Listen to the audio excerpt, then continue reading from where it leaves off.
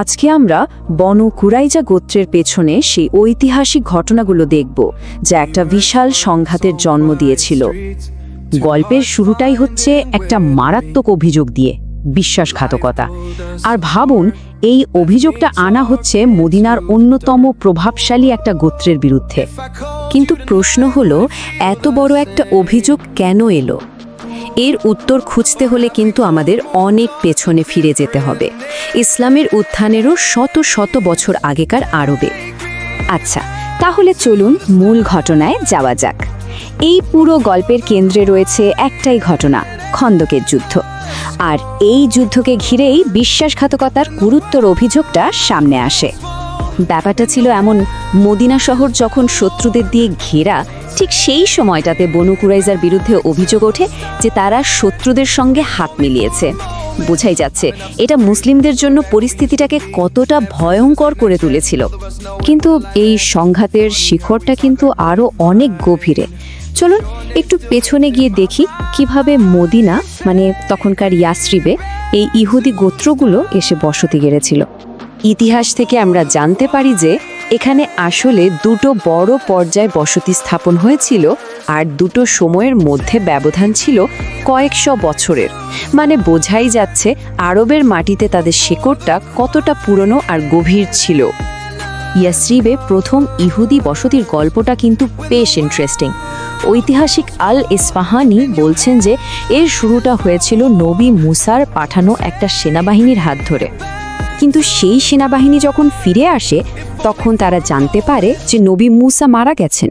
আর তাদের একটা ভুলের জন্য, মানে আদেশ অমান্য করার জন্য, নতুন নেতারা তাদের শাস্তি দেয়, নির্বাসন। তো এর ফল কি হলো? নিজেদের দেশে ফিরতে না পেরে সেই নির্বাসিত সেনাবাহিনী আবার ইয়াসরিবেই ফিরে গেল। আর যে জায়গাটা তারা একসময় জয় করেছিল, সেখানেই তারা বসতি গড়ল।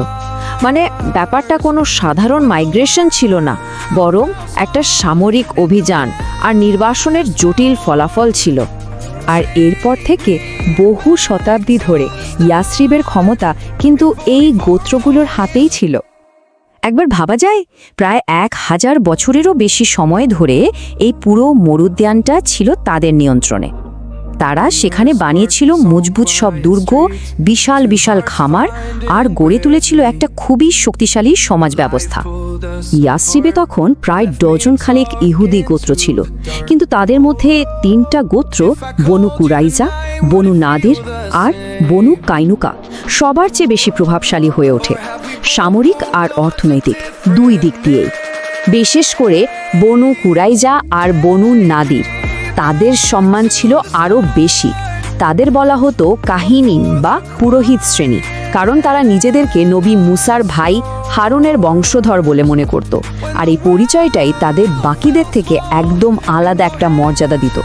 কিন্তু 1000 বছরের এই আধিপত্য আর স্থিতিশীলতা এবার বদলাতে শুরু করে।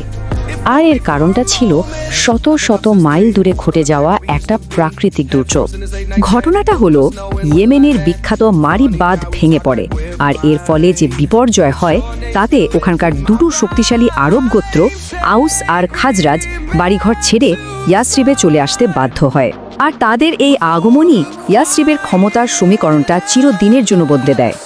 তাদের আসার সাথে সাথেই ইয়াসরিবের 1000 বছরের স্থিতিশীলতায় একটা বড় ধাক্কা লাগে। বলা যায় একটা যুগের অবসান হয়ে আরেকটা নতুন যুগ শুরু হলো। আর এই নতুন যুগটা ছিল ক্ষমতা আর প্রতিদ্বন্দ্বিতার। সূত্রগুলো বলছে আউস আর খাজরাজ ইয়াসরিবে আসার পরই শহরের ক্ষমতা আর সম্পদে নিজেদের ভাগ চাইতে শুরু করে। স্বাভাবিকভাবেই মরুদ্যানের নিয়ন্ত্রণের জন্য শুরু হয় এক নতুন দ্বন্দ্বের। তো এভাবেই ইয়াসরিবের পুরো রাজনৈতিক চিত্রটা বদলে গেল। একদিকে ছিল প্রতিষ্ঠিত ইহুদি গোত্রগুলো, আর অন্যদিকে চলে এলো নতুন শক্তিশালী আরব প্রতিদ্বন্দ্বী। এমন একটা পরিস্থিতিতে দুই পক্ষের মধ্যে স্বার্থের সংঘাত কি এড়ানো সম্ভব ছিল? এই প্রশ্নটা মাথায় রাখলেই আমরা পরের ঘটনাগুলো আরও ভালোভাবে বুঝতে পারব।